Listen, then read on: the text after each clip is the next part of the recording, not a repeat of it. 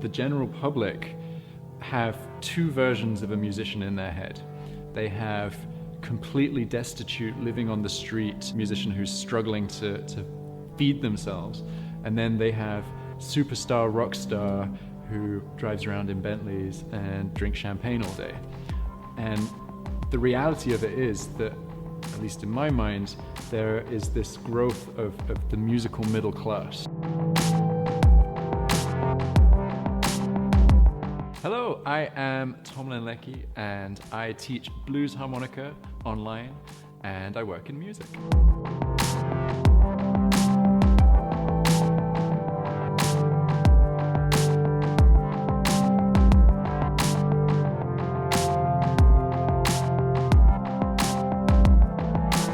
So I was born in England, in Kent, but I very quickly moved to Argentina, to Buenos Aires.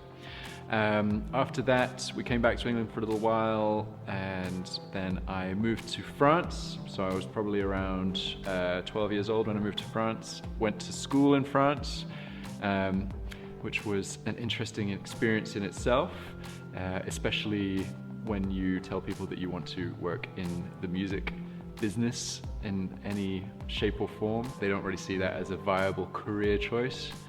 So there was a lot of pressure from the school to not pursue that. Then I came to Edinburgh to study. Studied psychology, not music, but music was always the thing that I wanted to end up doing. And ended up staying in Scotland because I met a girl. When did I start falling in love with music? That is quite an interesting question. So my parents were desperate for me to be a musician from a very early age. They bought me a piano when I was 4 years old, and they're like, Tomlin's gonna be super cool and super musical, and I had no interest whatsoever. Just wasn't into it. I just wanted to play with my Lego, and I was desperate to be an engineer. That was my lifelong ambition. Then I hit 12, and my parents come home with an acoustic guitar. I still don't care. I'm still not into it. And then kind of at 15, which is late for a lot of people, I think, I picked up a guitar because my history teacher started a guitar club and said, hey man, you want to learn some Metallica? And I thought that was pretty cool, and that pretty much changed everything from being kind of super academic, heading towards engineering, and then just wanted to do music. I have always loved music as a listener, and kind of weirdly, I used to listen to a huge amount of classical music. So I was obsessed with collecting classical CDs when I was small. So, you know, kind of 6, 7. I used to get a classical CD every Christmas and listen to Rachmaninoff and Dvorak and all that kind of thing. And my parents always had kind of concerts on from the 70s and 80s. They were into that Pink Floyd and Rolling Stones and Queen and things like that. So there was always a lot of music happening, you know, to be enjoyed at home. So yeah, that's kind of where the taste for it arrived. But I never thought I was going to play music. It never appealed to me from that point of view. Until much later. Okay, so literally the year that I picked up guitar, I was in a band within about 6 months and played my first gig, played outside at this thing in France called La Fête de la Musique, which is just this big music festival. Basically every single town in France has live music out on the streets. So I ended up playing to maybe 400 people for my first gig in the town square, and it was just too cool. I couldn't not get that again and again and again. So from about 15, that's exactly what I wanted to do. Yeah, playing a gig like that, your first gig in front of 400 people, and everyone's into it. Everyone that you went to school with was excited that one of their buddies was on stage. That sets expectations very high. And I remember kind of going through to the end of high school and people saying, oh, you want to be a musician, so I guess that means you're going to end up playing cover gigs and playing weddings and playing at bars and things and teaching. And I said, no, I'm just going to play original music. I'm going to play to hundreds and hundreds of people. It's going to be amazing. You'll see, I'll make it. And actually, the reality was that I did start playing on the street, busking and not having anyone listen. And then I did play the teeny tiny pub gigs and the teeny tiny cafe gigs and really enjoyed it, but I never thought that's what I was going to end up with. Okay, so what I do is I teach blues harmonica through my website. So I basically run an online harmonica school, and instead of teaching face-to-face, which I have done for years and years and years, I have pre-recorded all of my video content, and students can access it and go through it at their own leisure. And I provide elements of what you get into in a one-to-one lesson. So I give people feedback on recordings that they've sent of their playing. I also do live Q&A sessions every week. But yeah, the bread and butter of what I do is this online harmonica school, which people pay a subscription to be part of. Okay, so we're gonna go way back and kind of picture I've just passed my final exams at high school in France, called the baccalaureate, and I sign up to go to music school in Brighton. So I go to the Brighton Institute of Modern Music, and all I wanted to do there was learn how to write music. I was desperate to compose my own stuff and become an original musician. But I dropped out after 3 months because that's not really what they were teaching, and I went back home to France, lived with my parents, and just was practicing 6 to 8 hours a day guitar. And then I got tendonitis in both my wrists, so I had to stop playing completely. And if you are in any way musical and creative, you have to have some kind of way out of expressing yourself. And if you can't play your primary instrument, then you start looking for other things that you could play. At the same time, I was thinking, this has really scuppered my plans, and I don't really want to live with my parents forever. So I decided to come to university and study a subject that I knew I wasn't going to pursue as a career, but which interested me, so psychology. And all the time that I was doing that, I was starting to teach myself harmonica and starting to play with people, starting to play guitar again, starting to sing, and kind of bit by bit, I came into teaching, even though it was something that I didn't think was going to happen. I didn't think I'd enjoy it, but I kind of fell into it because I started teaching English, because it was an incredibly lucrative job for a student. Discovered I loved teaching and thought, well, what am I actually pretty good at? I'm pretty good at music, so I'll start teaching music. And it was all very roundabout, because initially, when I discovered that I enjoyed teaching, I thought, right, I'm going to build a music school in Edinburgh. And I actually ended up doing that. But while I was teaching these students in Edinburgh at the physical school, I got really frustrated when they would come to their next lesson and say, oh, Tomlin, I can't really remember what we did last week, so I didn't practice anything. I was like, this is ridiculous. So I just started recording a short video of what we worked on and uploading it to YouTube. And that made my lessons so much better because people knew exactly what they needed to work on. It was brilliant. And then bit by bit, I started getting emails from people in weird places like Texas saying, hey, Tomlin, do you teach over Skype? And if you're if you're working in the creative industries and someone gives you an opportunity to make a little bit of money doing it, you always say yes and then work out how you're going to do it. And so I started teaching on Skype, and then I started thinking, well, I'm teaching the same thing over and over and over again. It probably makes sense for me to maybe film it, and how can I reach more people? And my channel started to grow and grow and grow. I built up a mailing list from it, and it kind of went on from there. Okay, so like I said, I initially started just putting videos up on YouTube. No view to making money on YouTube, no view to making money with the videos. It was just a solution to a problem I was having with my students. And as my audience grew organically, and we are talking a couple of hundred people, we're not talking big numbers. I wasn't PewDiePie, I wasn't getting millions and millions of subscribers. I was just getting a couple of hundred, and then I think I hit 1,000.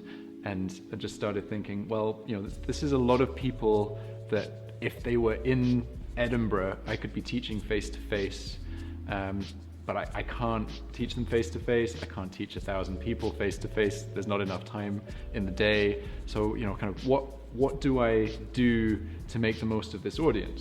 I initially read a book about how to grow my YouTube channel and how to monetize my YouTube channel.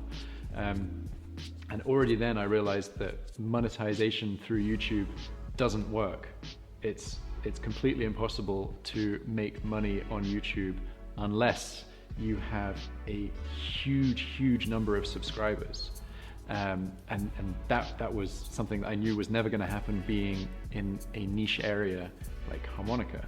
So I thought, well, you know, I can't use YouTube's onboard monetization to earn a living, but there is this audience here that I can parlay into a business. But how do I do that? And that's how I came across blogs and books about building an audience and monetizing an audience. So there are tons of blogs about this kind of subject. Ones that pop to mind: Smart Passive Income,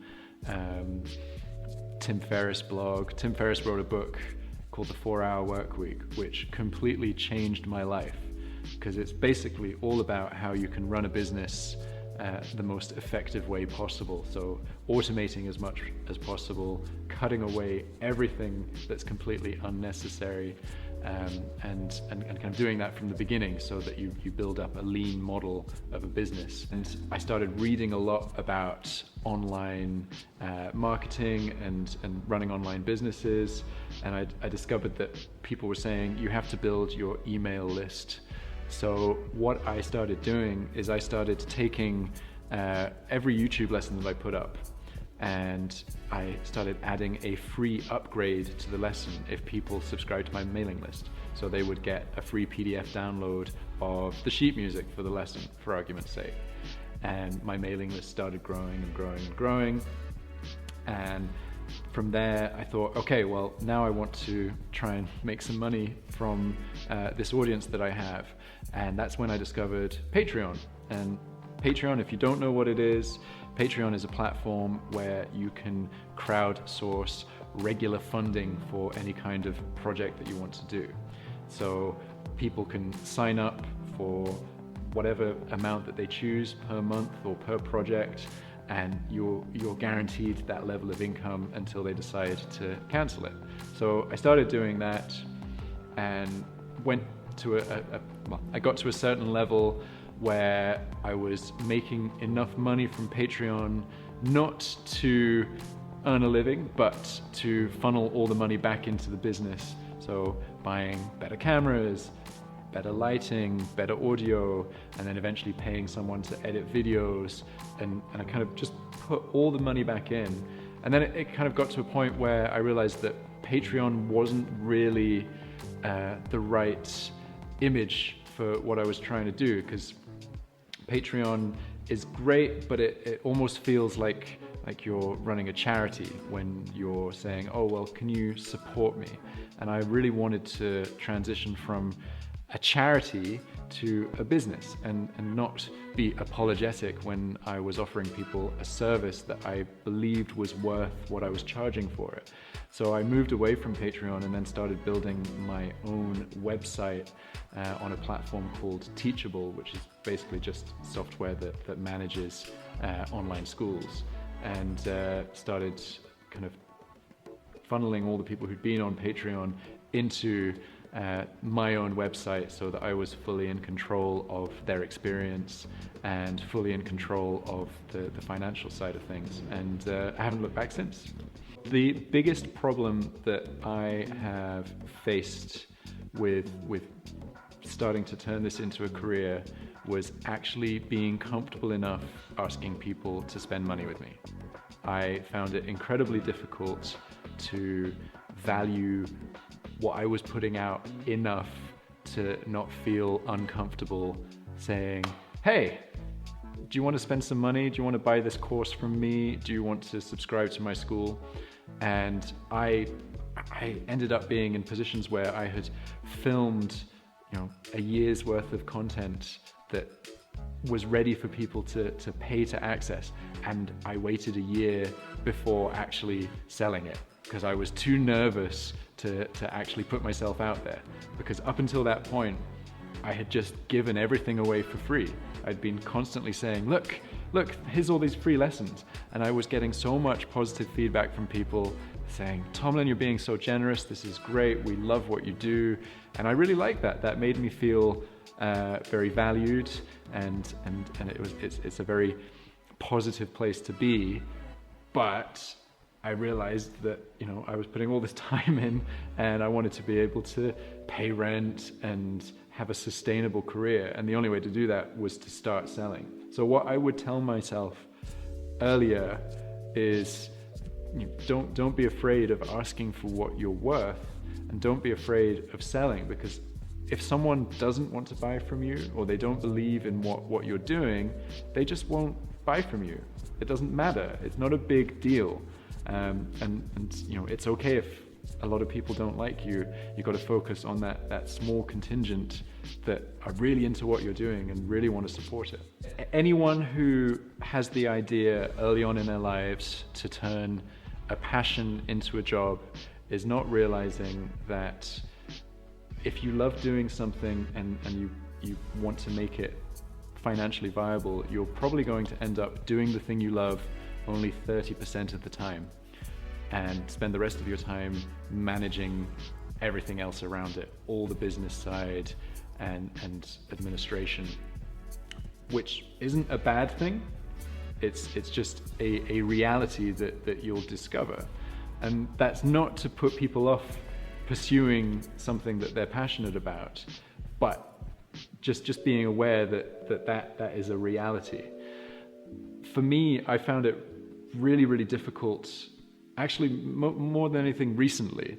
So I've had a very single-minded goal of, I wanted to build up the harmonica school to be big enough to enable me to work on anything that I wanted to creatively. So working on any kind of session work that I want to do, working on writing my own music, etc., etc. And I've been so consumed with growing the business that I kind of felt that I was drifting further and further away from the goal of being musical and being creative. And it kind of got to the stage where, you're at a dinner party and people ask what you do, and instead of what I used to say, which is, I'm a musician, it started turning into like, oh, I run an online business, or I'm a teacher, and that really didn't sit well with me. So I've started kind of realigning a little bit and realizing that the platform that I've built not only sustains me financially, but it also gives me an audience of people who like me as a person, but they also like me musically. They want to learn something that I'm teaching, and they're also interested in what I'm doing creatively. So I'm starting to add that back into the mix with band projects, etc. I feel that being a musician is kind of like having a three-legged stool, where you've got the elements of one leg is being creative, one leg is doing the gigs that pays the bills, and the other leg is your practice. And it's quite easy to kind of start sanding down the legs that you don't give enough time to, and then you get a lopsided stool, so you need to kind of spend more time on practice, or you need to spend more time on creativity, or you need to tend to the business side of things so that you can do the others. So you're constantly trying to keep everything balanced, and I think that's really important with anyone who wants to work in any kind of creative industry. You got to keep all aspects of what it takes to be solvent and also good at your craft. For a little bit of time, like I said, I kind of drifted away from what the original plan was, and I got sucked into, I want to be successful at business. I want to have the biggest harmonica school on the planet. I want to have thousands and thousands of paying subscribers, and I've realized that misaligns with what I want from life. So I don't really want to grow the school anymore. Before, I wanted to get every harmonica teacher out there who I respected to become a teacher at my school, and I wanted to manage that and create video content using other people. And recently I realized that if I do that, then that takes me away from being able to be creative. So now that I'm realigning and realizing that I've hit my enough figure of students, I can spend some time writing music, and it doesn't have to be financially viable, which is kind of, it's a weird concept, this idea of I'm working in music, and that helps me to stay sharp on my instrument. It helps me to always have the instrument in my hands, which is a positive thing. But I don't necessarily have to make money from the creative side of it. And that's been quite a big switch in my mind. So obviously I would like to have an audience who validates the music that I write by listening to it and by purchasing it and by coming to my live performances. But that's become less of a concern now that I have the platform that is in the same area. It's all musical, but it's what supports me. So where I see my career going is continuing with the music school, the harmonica school. That's something that I'm really passionate about, but it's a third of who I am. And then also developing the live music side and the creative written music side, and kind of starting to do more interesting projects. Because one thing I found when I first started playing music, I did absolutely everything that was offered to me. So I would drive up to Aberdeen to play a wedding and come back the same day, or I would go and play in a bar to 3 people at 1 in the morning. Whatever was offered to me, I would take it because I had to, because I was hungry. And coming to a point where I can be a little bit more selective, and if someone suggests that I come and play harmonica on their album on 1 track, I can do that if it's something that I like, and I don't have to worry about, is it going to pay the bills, if it's something that I just want to do because it's going to creatively satisfy me. So yeah, that's kind of where I see my career going from now.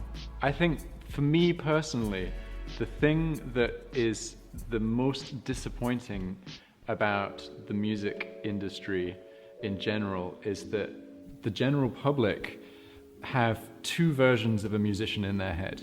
They have completely destitute, living on the street, musician who's struggling to feed themselves, and then they have superstar rock star who drives around in Bentleys and drinks champagne all day. And the reality of it is that, at least in my mind, there is this growth of the musical middle class. It's the people who earn a good standard middle of the road income in music, because there's so much opportunity now. There's all the video licensing because there are so many more channels out there. There's so many more ways for the very niche people to find an audience. I teach blues harmonica.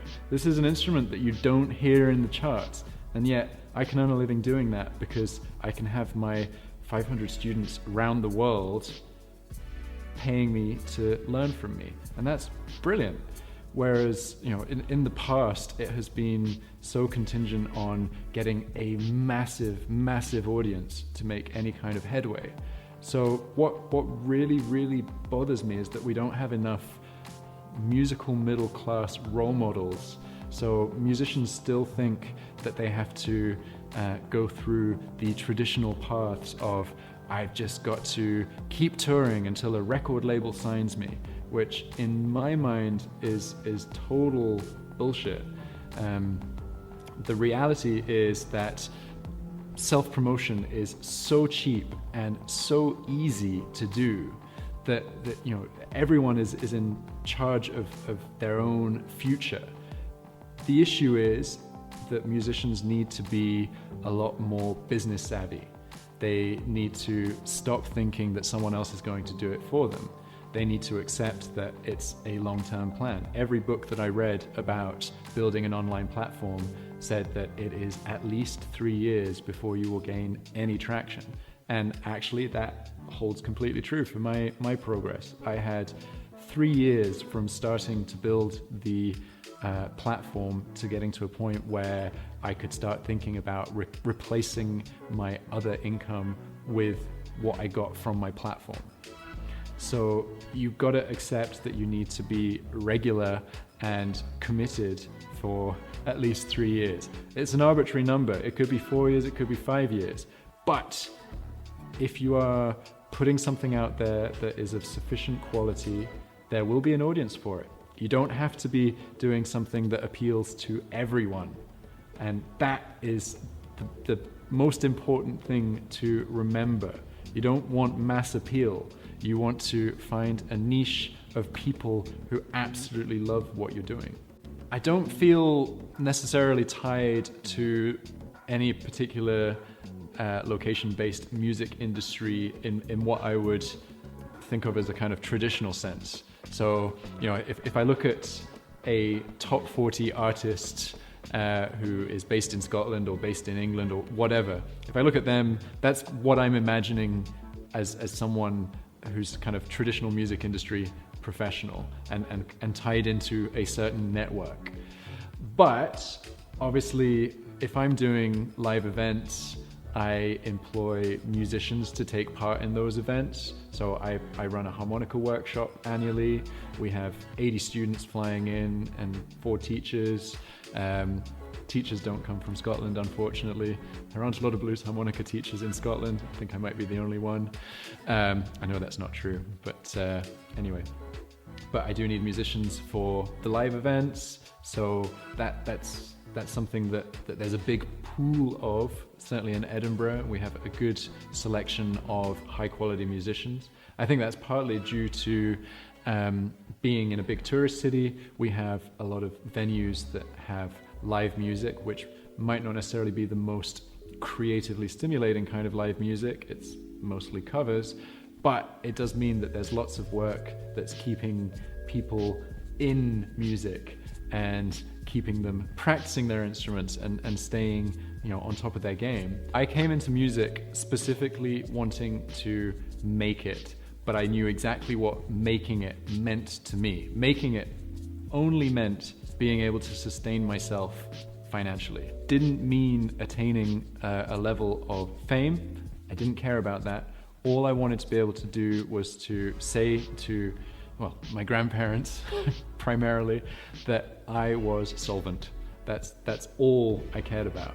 And I love those conversations that happen when you talk to civilians and they say, "Oh, well, what do you do?" And I say, "Oh, I'm a musician." And they're like, "Oh, cool." And like, what's your day job? And I say, no, that's it. I play music. I teach music. And like, "Oh, what do you play?" I say, "Oh, I primarily do blues harmonica." And that's when people can't help themselves. They're like, "And you can earn a living doing that? Really? Is that a thing?"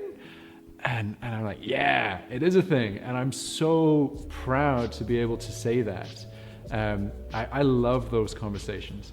It does still annoy me on occasion when people kind of come in and say, "Oh, I always wanted to be a musician, but I really needed to buy a fridge, and I don't think that I could have dealt with not having those things that you need as a basic human being." And I feel like just shaking them, saying, "I have all that stuff. I have a fridge and a microwave. I'm a functional human being." And we've spoke about this before, but it's that idea that we need to dispel the myths of destitute musician or rock star and no in between ground. So yeah, I love those conversations and I love educating people about it. We're in one of the best times, like I've said before, for music and for being a musician. Unfortunately, it's kind of like the Wild West at the moment. because it's been so massively democratized that you can take ownership of your own career, and you can do it without having to get lots of funding. You don't need to get a record deal. You don't need to have a big advance. But with all that comes the fact that you have the responsibility to take ownership of your career. So you need to, well, I think firstly, you need to really, really decide how you personally measure success.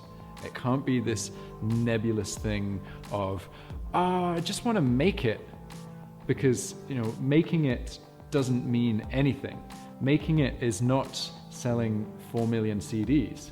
That might feel like that's making it, but people who've done that in the past quite often have nothing to show for it, because they have borrowed so much money from the record company to make the record. They've been forced to use the producers that the company wants. They've been forced to use the marketing platforms that the company wants. And at the end of it, those 4 million sales just translate into paying back the label. So that's the old way. Now you can take complete control, but you need to see every skill required, and you need to find that ancillary to the main thing of you being a good musician. So, if you can be a little bit business savvy and realize that, okay, I can record this album in my home studio or in my friend's home studio, and it's going to cost me £2,000 or £3,000, but I have 1,000 fans that I can then sell the CD to and make my £10,000. Then that feels scary to the individual, but that's great. But no record label would ever touch you if you said to them, yeah, we can guarantee sales of 1,000 CDs. They'd just laugh at you. So you need to be aware that you can have very small success that is going to sustain you. And that requires developing some of these other skills and seeing these other opportunities, because there are opportunities everywhere as a musician, but you need to be a little bit more open to it, rather than thinking, oh, well, the only way to make it as a musician is for me to sign a massive record deal and sell millions and millions and millions and millions of albums and tour constantly, because things have changed dramatically since those days. So the thing that I really love about what I do is something that I was never expecting. So, teaching music to me felt like a failure. When I first looked at becoming a musician, I was like, man, I hope I never end up teaching music. That would suck. And having discovered just the pure joy at opening up, all the pleasure that I get from playing to other people, helping other people achieve their goals on the instrument, has just been such an unexpected joy. I got an email recently from a student who has been a student for, I think, 3 or 4 years, and he was so apologetic. And the email basically said, "Hi Tomlin, I'm really sorry, I'm going to have to leave the harmonica school.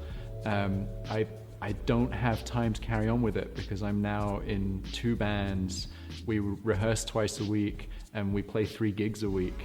And I wouldn't have been able to do that if I hadn't gone through your curriculum. So thank you, and I'm so sorry that I have to leave now." And that's the nicest thing that you can possibly hear when you're putting all this stuff out there, and you realize that there are people who are now able to go and do the thing that you love doing because you've shown them how to do it. And that's amazing. It's amazing to share that joy, and it sounds so cheesy, so cheesy, but that's what I love most about what I do. Obviously, I love that I can pay my mortgage with it, but that's now a secondary consideration. That's covered. I know that I have enough students to make that happen. So all I think about now is the enjoyment that I get from seeing someone struggle and get frustrated and then break through that barrier and being like, oh, I can do that thing that I thought was impossible. Okay, the biggest piece of advice that I would give anyone who wants to pursue a career in music industry is take ownership of your own career. Don't think that you need to throw money at a publicist to gain traction. Just own it. Do it all yourself. Don't make unnecessary investments. Obviously, investing in yourself is great, but it's so cheap and so easy to build up an audience these days. Do that, but take responsibility for doing it yourself.